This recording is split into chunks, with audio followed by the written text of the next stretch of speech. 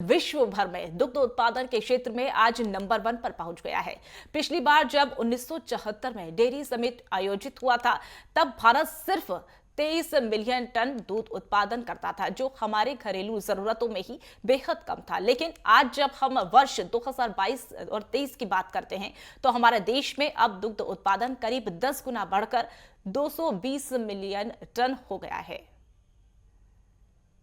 केंद्र और प्रदेश सरकार द्वारा समय समय पर इस तरह की कई सारी योजनाएं प्रकाश में आ रही हैं और लाई जा रही हैं, जिनसे जो डेयरी दूध उत्पादन से जुड़े लोग हैं वो लाभान्वित हो सकें और अपने व्यवसाय को बढ़ा सकें। इसके अलावा जो इस व्यवसाय से जुड़े लोग हैं उन्हें भी रोजगार उपलब्ध हो सके। इसके अलावा जो अगर बात करें तो चिकित्सा व्यवस्था की, तो अभी हाल ही में जैसा कि हमें चिकित्सकों ने बताया कि 19,000 पशुओं को वैक्सीनेट किया गया है, ताकि उन्हें समय समय पर होने वाली बीमारियों से बचाया जा सके। इसके अलावा सरकार द्वारा इस क्षेत्र को बढ़ावा देने के लिए समय समय पर कई तरह के ऋण की योजनाएं भी लाई जा रही हैं, जिनसे लोग लाभान्वित हो सकें। लेकिन सरकारी अधिकारी, बैंक कर्मियों और अधिकारियों के मनमानी रवैये के चलते इस तरह की जो योजनाएं हैं वो धरातल पर नहीं उतर पा रही हैं, जिनका लोग लाभ नहीं उठा पा रहे हैं और कहीं ना कहीं इस क्षेत्र में प्रभावित हो रहे हैं। मोदीनगर से योगेश गौड़, नेटवर्क 10। केंद्र और उत्तर प्रदेश की सरकार दुग्ध उत्पादन के लिए लगातार गंभीर बनी हुई है। लगातार सरकार दुग्ध उत्पादन के लिए योजनाएं चलाई जा रही है।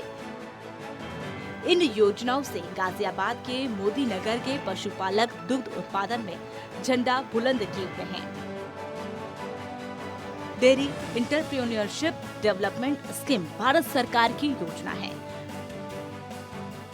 जिसके तहत डेयरी और उससे जुड़े दूसरे व्यवसाय को प्रोत्साहित करने के लिए वित्तीय सहायता दी जाती है,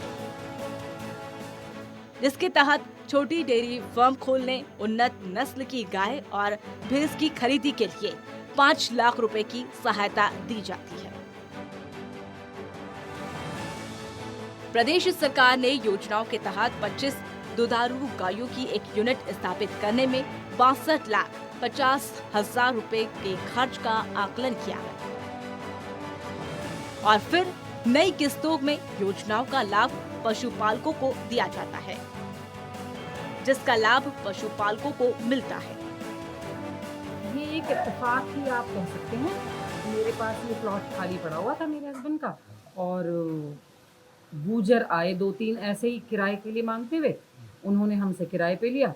जब उन्होंने यहाँ स्टार्ट किया तो मैंने इसकी बारीकियाँ उन्हें काम करते हुए देख के मुझे पता चला कि भी ऐसे कर सकते हैं इस काम को। और फॉर्चुनेटली कहूँगी, अब मैं अनफॉर्चुनेटली तो नहीं कहूँगी, 4-5 महीने बाद ही वो भाग गए यहाँ से।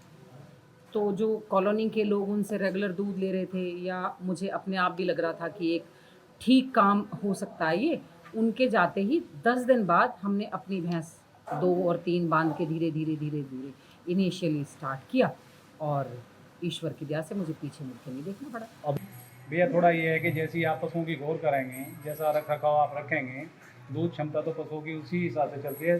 आपका मैटर करता है आपकी नस्ल कैसी है, क्वालिटी कैसी है, उस पर बहुत ज़्यादा डिपेंड करता है। फिर उसके बाद में आपका आता है खुआने का, आप कैसा पशु को पशु आहार खुआ रहे हैं, कैसा चारा खुआ रहे हैं, कैसा आप रख रखाव कर रहे हैं, कैसा आप लोगों का ध्यान है, ये सब चीज़ काउंट करती हैं दूध के प्रोडक्शन की। 1974 में जब दुग्ध समिट हुआ था, तब भारत सिर्फ 23 मिलियन टन दूध का उत्पादन करता था, जो हमारी घरेलू जरूरतों से भी कम था।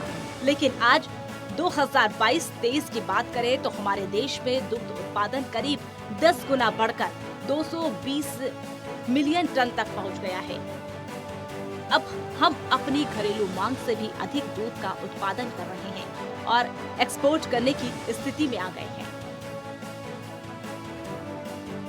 हम 23% दूध उत्पादन के साथ दुनिया के नंबर 1 उत्पादक हैं। भारत में करीब 8 करोड़ परिवार दूध उत्पादन और इसके कारोबार से जुड़े हुए हैं। देश में सालाना करीब 9.5 लाख करोड़ के दूध का प्रोडक्शन हो रहा है। ये अपने आप में एक रिकॉर्ड है। हम दूध एक्सपोर्ट करेंगे तो घरेलू मार्केट के मुकाबले पशुपालकों को ज्यादा दाम मिलेगा। भारत में पशुपालन और डेयरी फार्मिंग के लिए क्या क्या हुआ, इस संबंध में बात करें तो प्रधानमंत्री नरेंद्र मोदी ने अपने शासन में डेयरी सेक्टर को सबसे बड़े गिफ्ट दिए हैं। आजादी के बाद पहली बार डेयरी और पशुपालक को अलग विभाग के रूप में मान्यता मिली। मंत्रालय बनाया गया। इस विभाग को स्वतंत्र करके 3 गुना बजट दिया गया। पहली बार पूरे देश में 4,332 मोबाइल वेटनरी यूनिट अप्रूव्ड की गई। इस पर सरकार ने 700 करोड़ रुपए खर्च किए हैं। 2023 में मोदी नगर के भोजपुर ब्लॉक की बात करें तो लगभग 19,000 पशुओं का वैक्सीनेशन करवाया गया और पशुओं को गंभीर बीमारियों से बचाने के लिए पशु चिकित्सा विभाग द्वारा प्रचार प्रसार किया जाता है और पशु पालकों को आर्थिक सहायता के लिए कई योजनाएं सरकार द्वारा चलाई जा रही है। इसके अंदर देसी नस्ल की जो गाय है इसको पालने के लिए पशुपालक को प्रोत्साहित किया जा रहा है। इसके अंदर ये 5 नस्लें हमारी सरकार ने भी अंडरलाइन की हैं। गंगातीरी, थारपारकर, साहिवाल, गिर और हरियाणा। किसी पशुपालक के पास अगर इन 5 में से प्योर नस्ल की गाय हैं तो वो इसमें आवेदन कर सकता है। इसके अंदर अगर उसकी दूध उत्पादक क्षमता 10 लीटर से ऊपर है तो उसे हर महीने 10,000 रुपये या 15,000 रुपये, डिपेंड करता है 10 से 15। उन्होंने अपने क्राइटेरिया हैं कि वो किस तरह का नस्ल है और कितनी प्योर है और कितनी उसकी ब्यात है और कितना उसका उत्पादन है, उसके बेसिस पे पर मंथ मिलेंगे।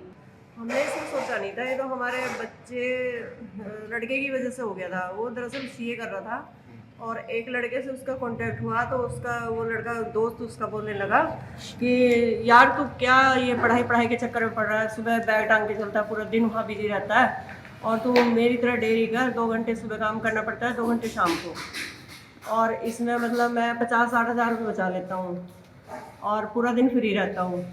तो फिर उसने इस तरह से ये डेयरी में आया। हमने लड़के को बहुत समझाया कि नहीं तू इसके चक्कर में मत पड़ भाई, अपनी पढ़ाई कर ले, लेकिन उसने बोला नहीं मैं डेयरी करूँगा।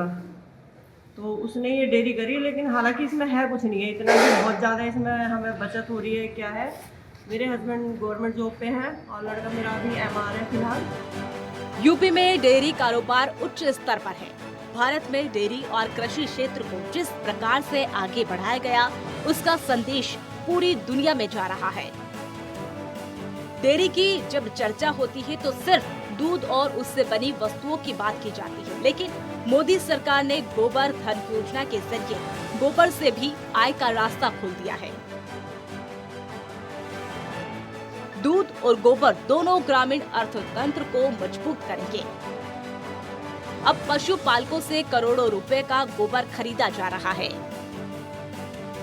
हाँ, हमारा प्रयास ये रहता है कि बीच बीच में प्रधानों और बीडीसीओं की जब भी मीटिंग होती है तो उनको आने वाली योजनाओं से अवगत कराएं। और जैसा आपको पता भी होगा, हर फ्राइडे को ब्लॉक स्तर पर जन चौपाल भी आयोजित की जाती हैं। प्रत्येक 2 गाँवों को सिलेक्शन किया जाता है, तो वहाँ भी हमारे पशु विभाग से, कृषि विभाग से, आपका पंचायत विभाग से सभी अधिकारी मौजूद होते हैं जो लोगों वहाँ उपस्थित हों उनको जानकारी देने के लिए। बहरहाल दुग्ध उत्पादन के क्षेत्र में गाजियाबाद का मोदी नगर अव्वल होता दिखाई दे रहा है। लगातार दुग्ध का उत्पादन जोरों पर चल रहा है। Report network ten. सरकारी आंकड़ों की माने तो अब हमारा देश 2014 से 2023 के बीच पहले पायदान पर पहुंच चुका है और 51% की बढ़ोतरी दूध उत्पादन में पर दर्ज की गई है। इसके अलावा यदि बात करें दिल्ली NCR की, तो एक दूध प्लांट में काम करने वाले आला अधिकारी का कहना है कि पूरे दिल्ली NCR में करीब 1 करोड़ लीटर पैक दूध की खपत है, लेकिन इसके अलावा जो खुला दूध है उसकी भी खपत बड़े स्तर पर यहाँ पर होती है। लेकिन क्योंकि अब क्षेत्रफल घट रहा है और जमीनों के रेट काफी बढ़ गए हैं, इसलिए यहाँ पर दूध के जो कारोबार है वो करने वालों की कमी होती जा रही है। लेकिन जो डेयरी व्यवसाय है उसमें लगातार बढ़ोतरी दर्ज की जा रही है, जिसके चलते NCR में दूध की खपत का काम आसान हो रहा है। मुझे योगेश नेटवर्क है।